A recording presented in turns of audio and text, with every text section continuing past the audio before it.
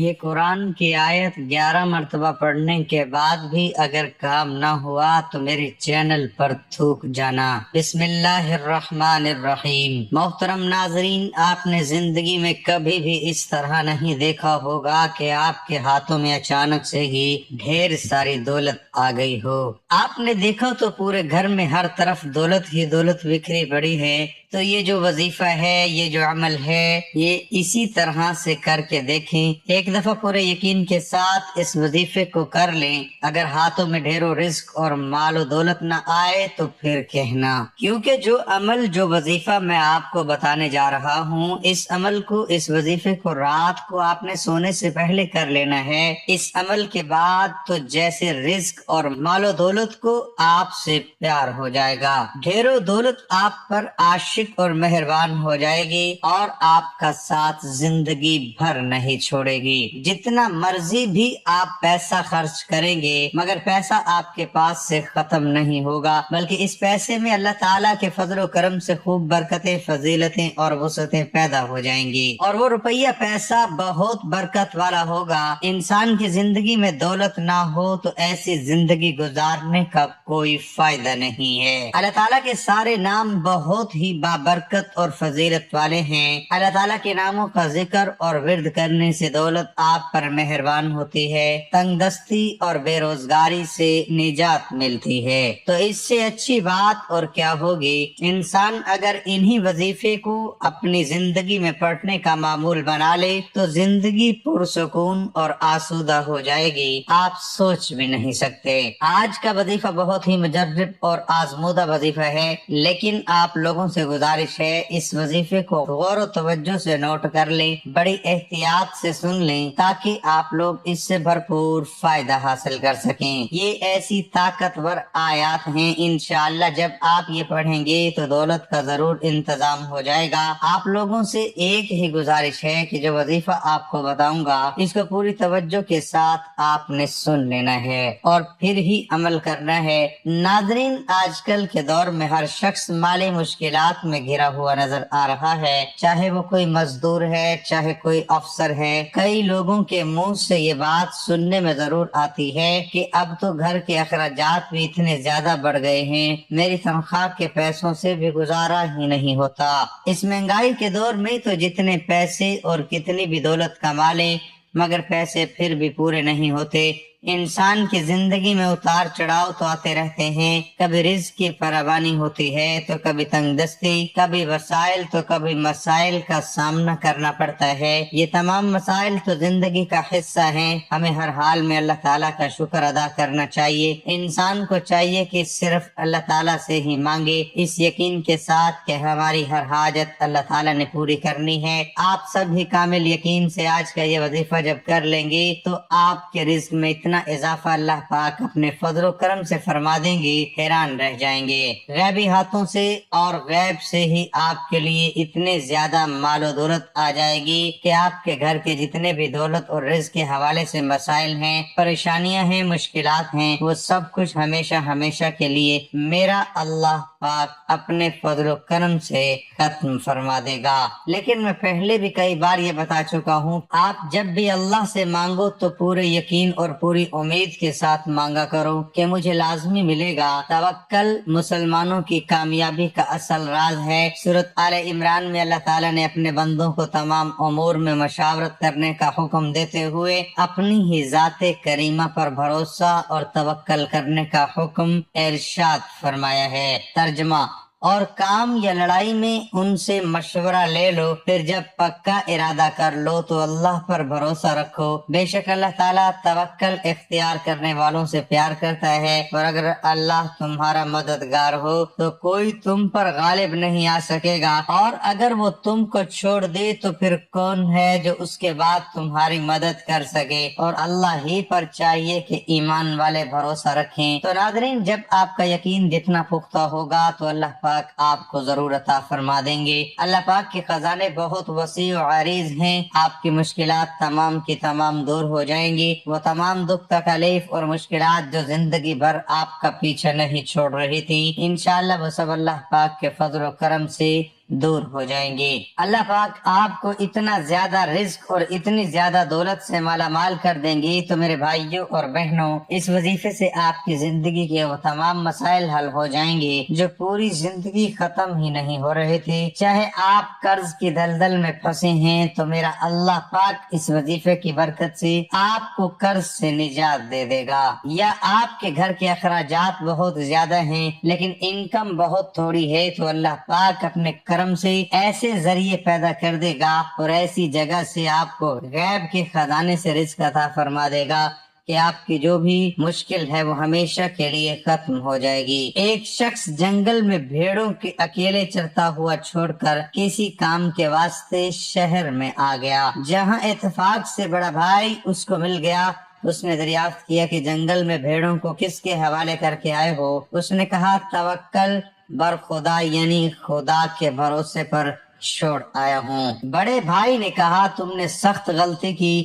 چھوٹے نے کہا خدا کے توکل پر بھیڑوں کو چھوڑ آنے کو غلطی بتلانا سخت بے ادبی و گستاخی ہے، ایسا مت کہو۔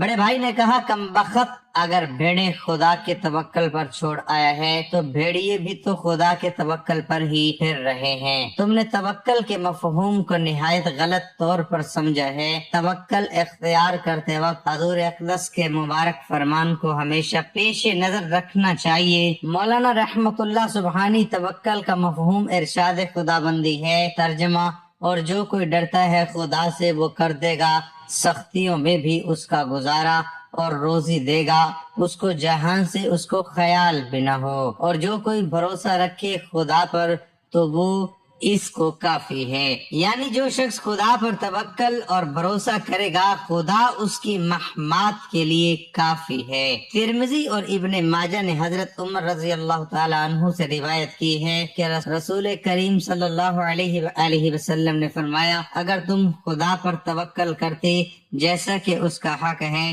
تو بے شک خدا تعالیٰ تمہیں اس طرح روزی دیتا جیسے پرندے اور جانوروں کو دیتا ہے کہ پرندے صبح کو اپنے گھونسلوں سے بھوکے نکلتے ہیں اور شام کو پیٹ بھرے ہوئے واپس ہوتے ہیں۔ اور بخاری اور مسلم شریف میں حضرت ابن عباس رضی اللہ تعالی عنہ کی روایت ہے کہ حضور اقدس صلی اللہ علیہ وآلہ وسلم نے فرمایا کہ میری امت میں 70,000 آدمی بغیر حساب کے جنت میں داخل ہوں گے۔ ان کے اوصاف میں ایک یہ بھی ہے کہ وہ حق تعالیٰ پر توکل کرنے والے ہوں گے۔ توکل کی معنی یہ نہیں کہ رب تعالیٰ کے پیدا کیے ہوئے اسباب و آلات کو چھوڑ دے، بلکہ مراد یہ ہے کہ اسباب اختیار یہ کہ ضرور اختیار کرے، مگر بھروسہ اسباب پر کرنے کی بجائے حق تعالیٰ پر کرے کہ جب تک اس کا ارادہ و مشیت نہ ہو جائے کوئی کام نہیں ہو سکتا۔ حدیث شریف میں ہے کہ ایک اعرابی عرب گوار یا بدو سرکار رسالت صلی اللہ علیہ وسلم کی خدمت میں حاضر ہوا۔ آپ صلی اللہ علیہ وسلم نے دریافت فرمایا کہ اونٹ کہاں چھوڑا؟ عرض کیا خدا کے بھروسے پر چھوڑ آیا ہوں۔ حکم ہوا کہ اول اس کو کسی جگہ مضبوط باندھ لو، اس کے بعد توکل کرو۔ حق تعالی مخلوق کی طرف اسباب کا محتاج نہیں، وہ ذات تو بغیر اسباب کے بھی نظام کائنات چلا سکتی ہے اور اس پر قادر ہے، لیکن اس کی عادت یہی ہے کہ وہ اسباب کے تحت ہی کائنات کا نظام چلاتا ہے۔ امام غزالی نے لکھا ہے کہ بندے کو زیبا نہیں ہے کہ وہ آقا کو عادت کے خلاف کرنے پر مجبور کر کے اسے آزمائے۔ یہ جاہلوں کا خیال ہے کہ توکل تو محنت و مزدوری اور کسب کی چھوڑ دینے کا نام ہے کہ ہاتھ پر ہاتھ رکھ کر بیکار بن کر بیٹھ جائے، اگر بیمار ہو تو دوا نہ لے، بے سوچے سمجھے اپنے آپ کو خطرات اور ہلاکت میں ڈال دے کہ کہیں آگ میں گھس جائے اور کہیں شیر کے منہ میں ہاتھ دے دے وغیرہ، تب متوکل کہلائے۔ یہ خیال بالکل غلط اور اسلام کے احکامات سے لا علمی کا نتیجہ ہے، کیونکہ ایسا کرنا شرعاً حرام ہے اور شریعت محمدی ہی توکل کی خوبیاں بیان کر رہی ہے۔ پھر بھلا جس بات کو شریعت ہی خود ناجائز بتائے اس کی رغبت کیسے دلائے گی؟ اصل بات یہ ہے کہ انسان کی سعی کوشش یہی ہے جس کا صلہ اسے ملے گا، مثلاً کوئی شخص بھوکا ہو اور کھانا بھی اس کے سامنے رکھا ہوا ہو مگر وہ ہاتھ نہ بڑھائے اور نوالا بنا کر منہ تک نہ لے جائے، یا غلہ ورزی کا خواہ ہو مگر بیج کھیت میں نہ ڈالے، یا اولاد کا طالب ہے اور شادی ہی نہ کرے اور کہے کہ میں تو توکل کرنے والا ہوں، ایسا خیال تو سراسر جہالت ہے، کیونکہ اس اسباب کو حق تعالی نے ہی پیدا فرمایا اور قاعدے کے طور پر تجویز فرما دیا ہے، اور اس میں تغیر و تبدل نہیں ہو سکتا۔ البتہ اس اسباب میں توکل کرنے کی یہ صورت ہے کہ اول اس بات کا پختہ خیال رکھے کہ کھانا اور ہاتھ خدا کے دیے ہوئے ہیں اور کھانے کی طاقت و قدرت بھی اسی ذات کی عطا کی ہوئی ہے، اسی طرح بیج اور کھیتی باڑی کی استعداد بھی خدا نے دی ہوئی ہے۔ دوسری بات یہ ہے کہ ان ظاہری اسباب پر بھی دل سے بھروسہ نہ کرے، دل سے خالق ہی پر بھروسہ کرے،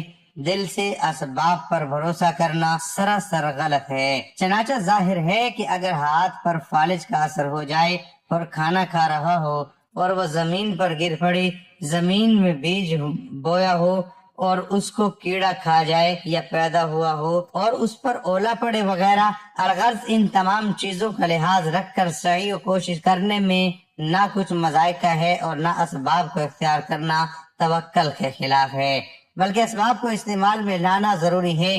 بے شک اللہ تعالیٰ ہی رزق دینے والا اور سب سے بہترین رازق ہے، اور زمین میں جتنے بھی چلنے پھرنے والے ہیں ان سب کی روزیاں اللہ تعالیٰ کے ذمہ ہیں، سب کو رزق اللہ تعالیٰ ہی دیتا ہے، اور یقیناً کسی لالچی کا لالچ اللہ تعالیٰ کے رزق کو زیادہ نہیں کر سکتا، اور نہ ہی کسی ناپسند کرنے والے کی ناپسندیدگی اسے ہٹا سکتی ہے۔ اور یہ اللہ تعالیٰ کی حکمت ہے کہ اس نے رزق کے معاملے میں لوگوں میں فرق رکھا ہے، تو جسے چاہے زیادہ رزق عطا فرما دے تو جسے چاہے کم رزق عطا فرما دے، وہی مالک ہے، وہی خالق ہے، وہی ایک قوم کے رزق کو وسیع کر دیتا ہے تو دوسری قوم کے رزق میں تنگی فرما دیتا ہے۔ یہ سب کچھ اللہ تعالیٰ کے قبضہ قدرت میں ہے، انسان کچھ بھی نہیں کر سکتا سوائے دعا کرنے کے، سوائے اللہ پاک سے مانگنے کے۔ ایک حدیث قدسی میں اللہ کے رسول صلی اللہ علیہ وآلہ وسلم کا فرمان ہے، جو چیز تجھے جنت کے قریب کر سکتی ہے اس کا میں نے تجھے حکم دے دیا ہے، اور جو چیز تجھے جہنم کے قریب کر سکتی ہے اس سے میں نے روک دیا ہے۔ یقیناً حضرت جبرائیل علیہ السلام نے میرے دل میں یہ بات ڈالی ہے کہ کوئی بھی جان اس وقت تک فوت نہیں ہو سکتی، کوئی بھی انسان اس وقت تک اس دنیا سے نہیں جا سکتا جب تک کہ وہ اپنی روزی پوری نہ کر لے اور سارا رزق نہ کھا لے۔ تو تم اللہ کا تقوی اختیار کرتے ہوئے روزی کا حصول اچھی طرح کرو، اور تم میں سے کسی کو روزی کا لیٹ اور کم ہو جانا اس بات پر نہ ابھارے کہ تم اللہ کی نافرمانی کر کے روزی کرنے لگ جاؤ، کیونکہ جو کچھ اللہ کے پاس ہے وہ اللہ تعالیٰ کی اطاعت اور فرما برداری کے ذریعے ہی حاصل کیا جا سکتا ہے۔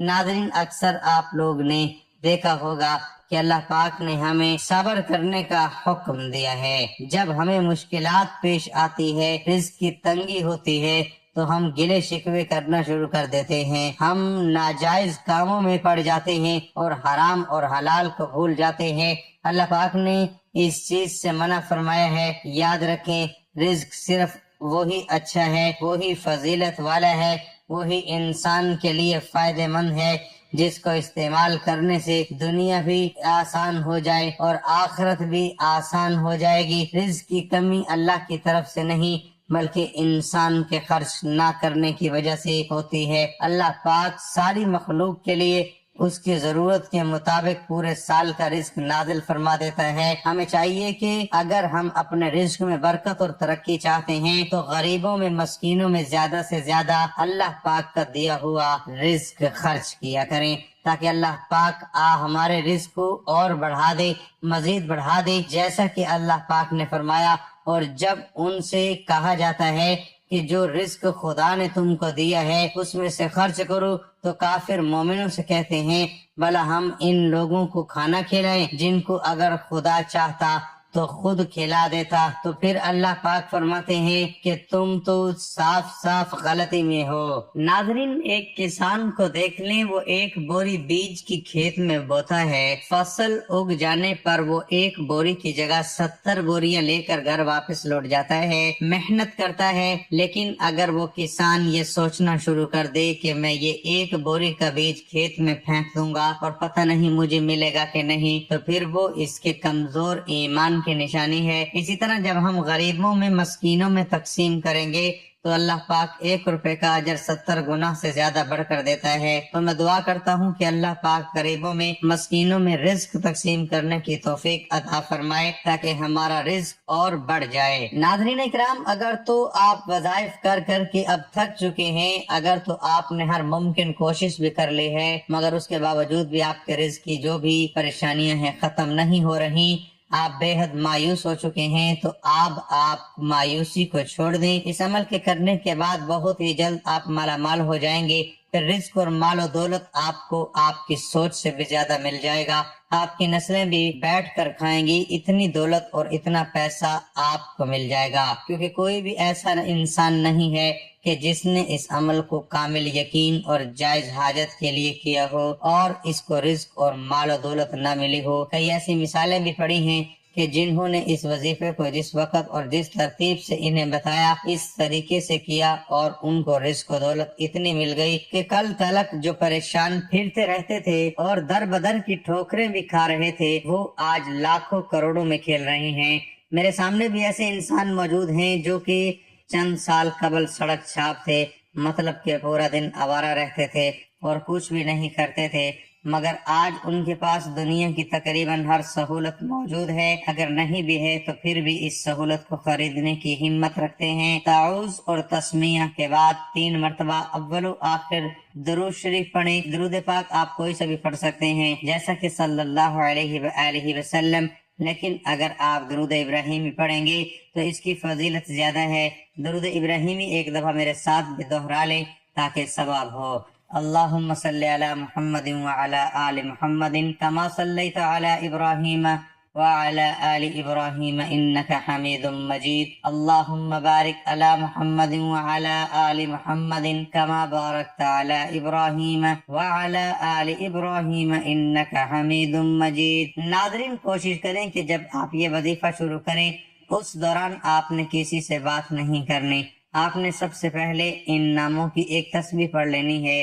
ان ناموں کو یا غنیو یا رزاقو یا غنیو یا رزاقو یا غنیو یا رزاقو کو ملا کے پڑھیں گے تو وہ ایک بار ہی شمار ہوگا۔ ایک تسبیح پر آپ نے اس کو 160 مرتبہ پڑھ لینا ہے۔ اس کے بعد آپ نے 2 آیات پڑھنی ہے، وَيَرْزُقُهُ مِنْ حَيْثُ لَا يَحْتَسِبُ وَمَنْ يَتَوَكَّلُ عَلَى اللَّهِ فَهُوَ حَسْبُهُ إِنَّ اللَّهَ بَالِغُ أَمْرِهِ قَدْ جَعَلَ اللَّهُ لِكُلِّ شَيْءٍ قَدِيرٌ۔ ترجمہ: اور اسے وہاں سے روزی دے گا جہاں سے اس کا گمان بھی نہ ہو، اور جو اللہ پر بھروسہ کرے تو وہ اسے کافی ہے۔ بے شک اللہ اپنا کام پورا کرنے والا ہے، بے شک اللہ نے ہر چیز کے لیے ایک انداز مقرر کر رکھا ہے۔ 11 مرتبہ یہ آیات پڑھ لینی ہے۔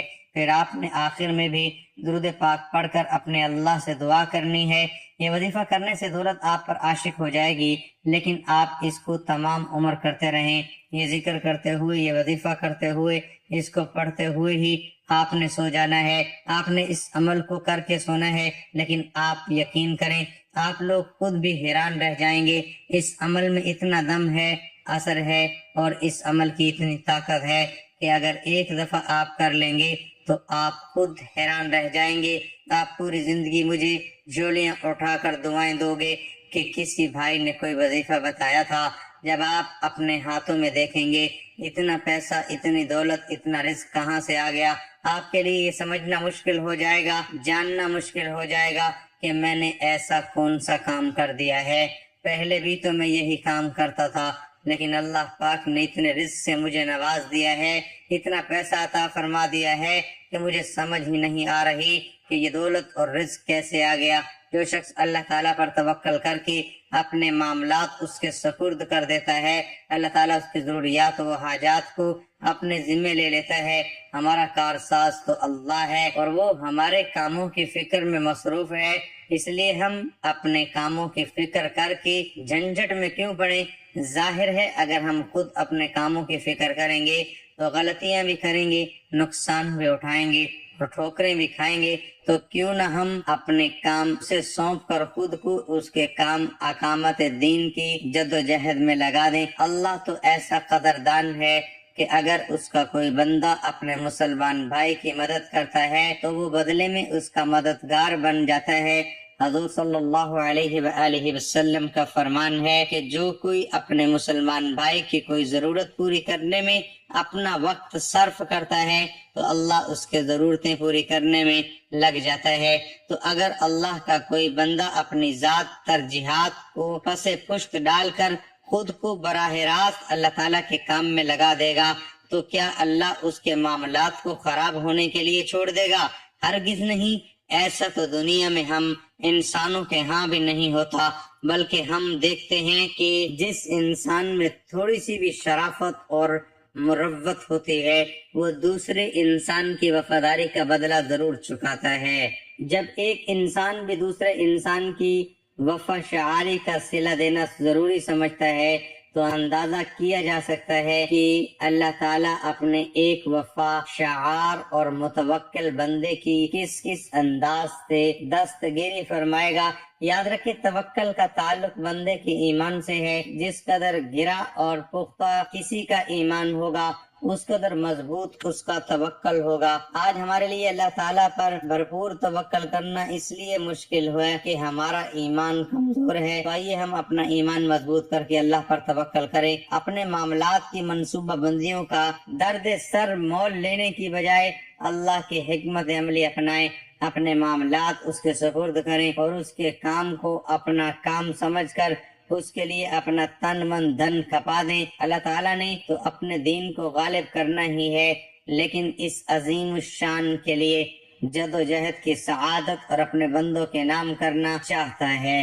اب اس کے لیے ہر انسان کو خود فیصلہ کرنا ہے کہ وہ اس منافع بخش کاروبار میں شریک ہونا چاہتا ہے یا اپنی محرومی پر قناعت کر کے بیٹھے رہنے کو پسند کرتا ہے۔ جیسے ابو بکر، عمر، عثمان، علی، عبد الرحمن اور ان کے ساتھی رضی اللہ عنہم اس جد و جہد میں شریک ہو کر ہمیشہ کے لیے سرخرو ہو گئے، جبکہ ابو جہل، ابو لہب اور ان کے ہم نواؤں نے اس سے بے اعتنائی دکھائی اور ابدی محرومیاں اپنے نام کرا لی۔ آج ہمیں سنجیدگی سے غور کرنے کی ضرورت ہے کہ قیامت سے پہلے اس کرہ ارضی پر دین اسلام کو غالب تو ہونا ہے، اور یقیناً ہم جیسے انسانوں کی کوشش اور قربانیوں سے ہی ہونا ہے۔ تو کیا ہم اس بہتی گنگا میں ہاتھ دھونے کو تیار ہیں، محرومین کی صفوں میں شامل ہونا چاہتے ہیں؟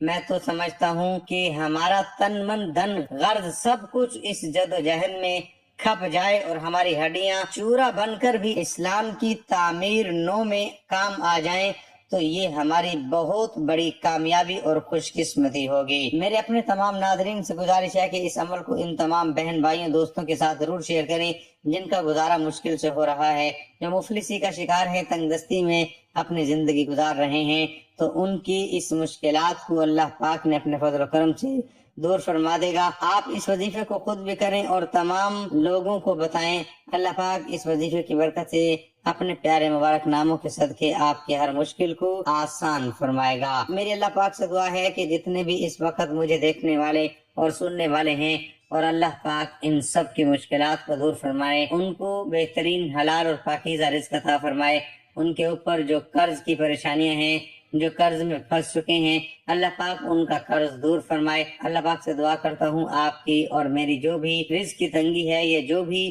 ہماری پریشانی ہے وہ ختم کر دے، ہمارے اوپر رزق کی دولت کی بارش کر دے، ہماری جو بھی بیماریاں اور تکلیف ہیں انہیں دور کر دے، آمین۔ تمام احباب سے گزارش ہے کہ اللہ تعالیٰ کے 99 ناموں میں سے کوئی ایک نام کمنٹ میں لکھ کر ضرور شیئر کریں۔ اللہ ہم سب کا حامی و ناصر ہو، آمین۔